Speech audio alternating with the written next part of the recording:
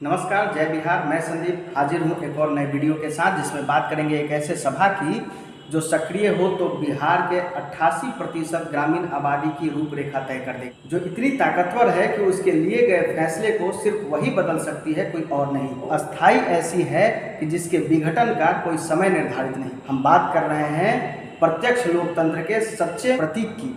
यहाँ मैं बात कर रहा हूँ विकेंद्रीकरण और पंचायती राज व्यवस्था के आधार की, जिसे ग्राम सभा कहते हैं। बलवंत राय मेहता समिति ने सत्ता और योजनाओं के विकेंद्रीकरण को ध्यान में रखते हुए त्रिस्तरीय पंचायती राज व्यवस्था की परिकल्पना की। वो यह था कि स्थानीय शासन में भी जनता की प्रत्यक्ष भागीदारी हो और योजनाओं के निर्माण में भी जनता की प्रत्यक्ष भागीदारी हो। इन बातों को ध्यान में रखते हुए अनुच्छेद 243 के ए में ग्राम सभा का प्रावधान किया गया और बिहार पंचायत राज अधिनियम 2006 में देखें तो धारा 3 से 10 तक हमें ग्राम सभा के बारे में जानकारी मिलती है। 2012 में बिहार सरकार ने ग्राम सभा के लिए विस्तृत नियमावली प्रकाशित की। हम बात करें ग्राम सभा का क्षेत्र कितना होता है और उसके सदस्य कौन होते हैं, तो पाएंगे कि एक ग्राम पंचायत का जो क्षेत्र है, अब उसमें 2 राजस्व ग्राम हो सकते हैं, 4 राजस्व ग्राम हो सकते हैं, या कोई एक बड़ा राजस्व ग्राम ही ग्राम पंचायत के रूप में हो। जो भी क्षेत्र हो, उस पूरे संपूर्ण क्षेत्र के लिए एक सभा होती है, ग्राम सभा। अब उस ग्राम सभा में वो सारे लोग सदस्य होते हैं जो उस ग्राम पंचायत के लिए मतदाता है, या हम ये कह सकते हैं कि उस ग्राम पंचायत के लिए जो भी रजिस्टर्ड वोटर या मतदाता हैं वो सभी ग्राम सभा के सदस्य होते हैं। अब यदि कोई ग्राम पंचायत में 18 वर्ष पूर्ण करने के बाद मतदाता के रूप में दर्ज होता है तो वह स्वतः ही ग्राम सभा का सदस्य हो जाएगा। इसीलिए यह अस्थाई सभा है। ग्राम सभा के लिए नियम कहता है कि एक कैलेंडर वर्ष अर्थात जनवरी से लेकर दिसंबर के बीच में 4 ग्राम सभाएं कम से कम होनी चाहिए। यही कारण है कि आमतौर पर ग्राम पंचायत में 2 अक्टूबर, 15 अगस्त, 26 जनवरी मजदूर दिवस को ग्राम सभा लगाई जाती है। लेकिन हमें एक बात का विशेष ध्यान रखना है कि 2 ग्राम सभाओं के बीच में 3 माह से ज़्यादा का अंतर नहीं होना चाहिए।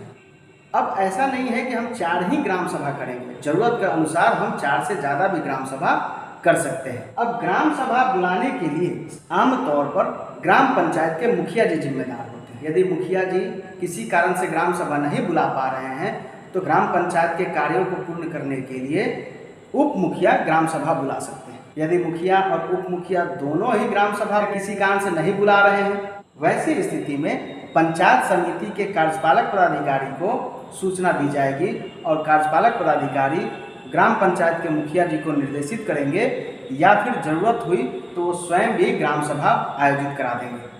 हालांकि वो उस ग्राम सभा के अध्यक्षता नहीं करते। अब हम बात करते हैं कि सूचना आमतौर पर 15 दिन पहले किसी भी माध्यम से सभी सदस्यों को भेजी जा सकती है।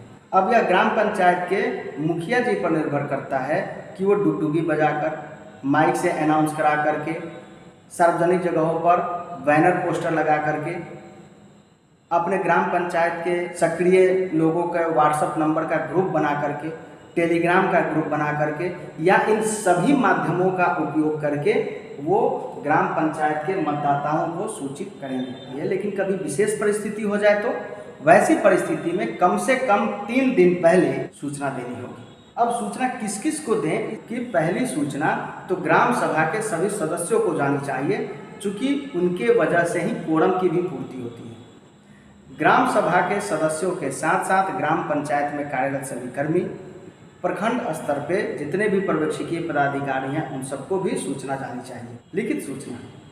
साथ ही पंचायत समिति के कार्यपालक पदाधिकारी को भी इसकी सूचना जानी चाहिए। उस ग्राम पंचायत के क्षेत्र के जो प्रतिनिधि ग्राम कचहरी के प्रतिनिधि हों, पंचायत समिति के सदस्य हों, जिला परिषद के सदस्य हों, उनको भी सूचना जानी चाहिए।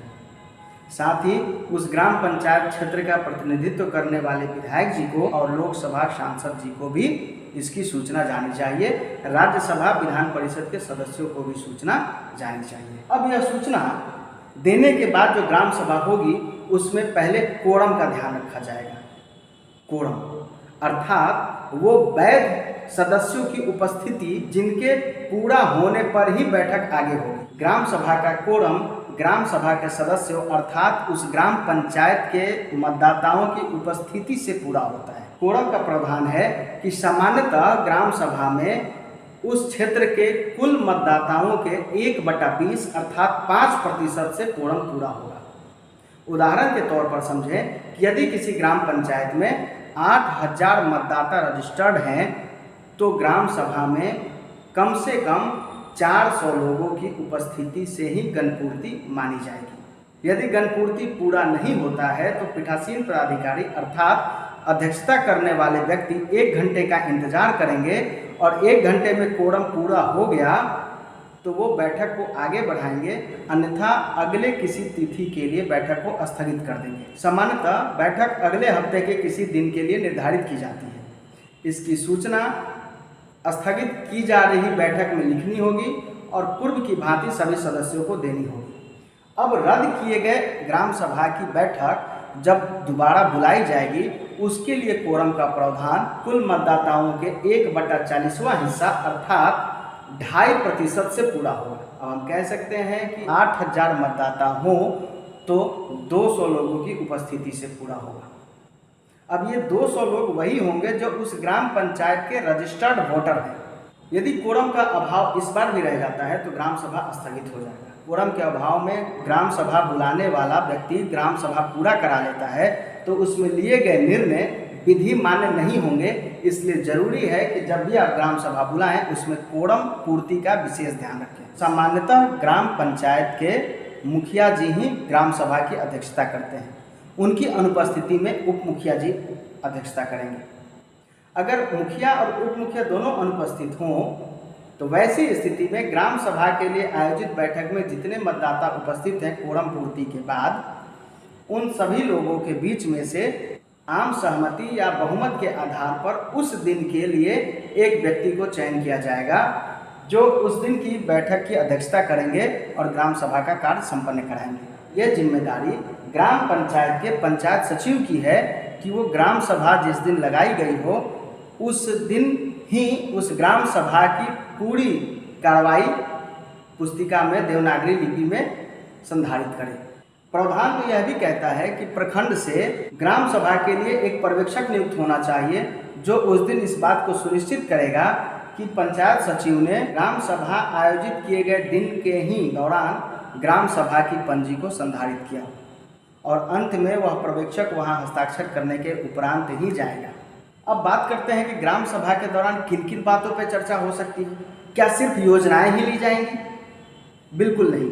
अब बेहद महत्वपूर्ण बात कि ग्राम सभा के दौरान किन किन विषयों पर चर्चा की जाएगी इसकी विस्तृत जानकारी धारा 7 और 9 में भी मिल जाता है।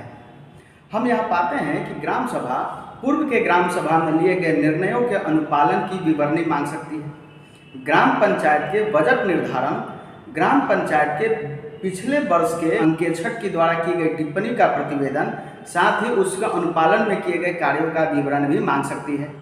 आगामी वित्तीय वर्ष के लिए ग्राम पंचायत विकास योजना निर्माण का अनुमोदन करेगी। पिछले वर्ष में जो जो योजनाएं कराई गई हैं उनकी प्रशासनिक स्वीकृति कब दी गई, क्या दी गई, उससे संबंधित विस्तृत रिपोर्ट मांग सकती है। कौन सी योजनाएं चलाई जा रही हैं उसकी स्थिति क्या है इसका रिपोर्ट मांग सकती है। ग्राम सभा निगरानी समितियों से भी प्राप्त प्रतिवेदन पर अनिवार्य रूप से चर्चा करती है। ग्राम सभा वार्ड सभाओं में अनुशंसित विषयों पर विचार विमर्श करेगी।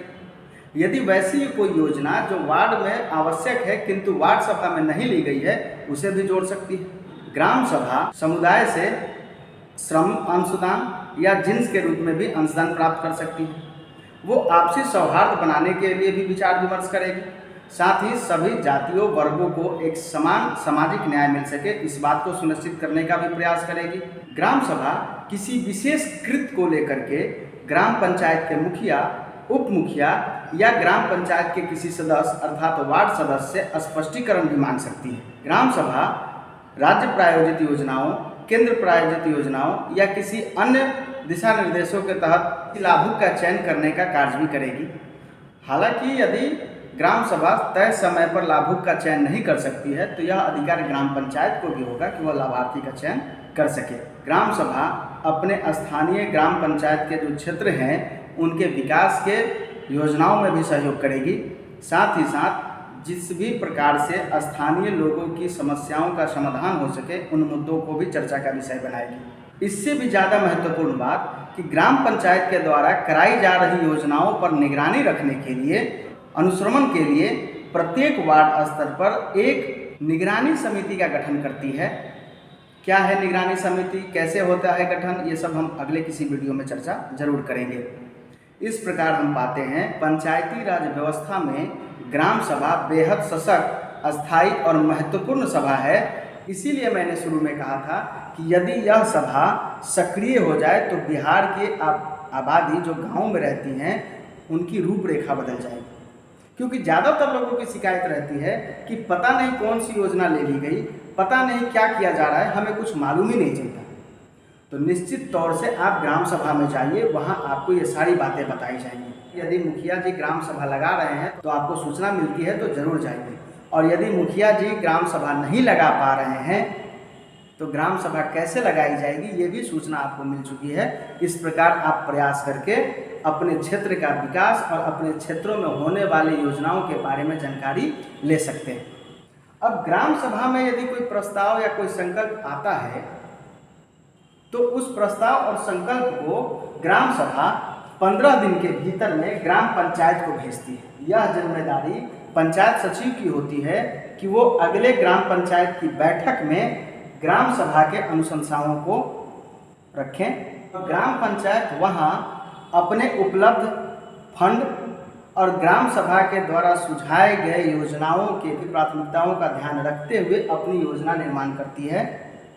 हालांकि हम जान चुके हैं कि उन योजनाओं का अनुमोदन भी ग्राम सभा ही करती है। ग्राम सभा की एक प्रति 15 दिन के भीतर पंचायत समिति को, आवश्यक हो तो जिला परिषद को भी भेजना होता है।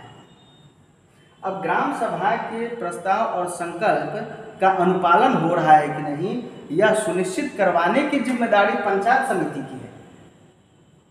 और इसीलिए पंचायत समिति के जो कार्यपालक पदाधिकारी होते हैं उनके पास एक रजिस्टर होना चाहिए जिसमें वो प्रत्येक ग्राम पंचायत वार या डिटेल रखेंगे कि किनका ग्राम सभा कब हुआ है और अगली ग्राम सभा उनकी कब संभावित है।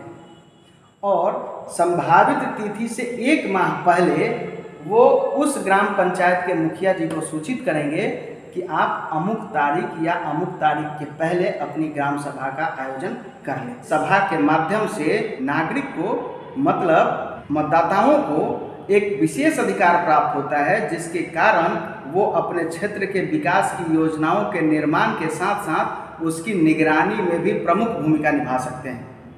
अब इससे ज़्यादा विकेंद्रीकरण और क्या हो सकता है, लेकिन बिहार ने एक कदम आगे बढ़ाते हुए वार्ड स्तर पे भी वार्ड सभा का प्रावधान किया है। इसकी भी चर्चा हम अगले वीडियो में करेंगे। तब तक बने रहिए मेरे साथ। जय हिंद, जय बिहार।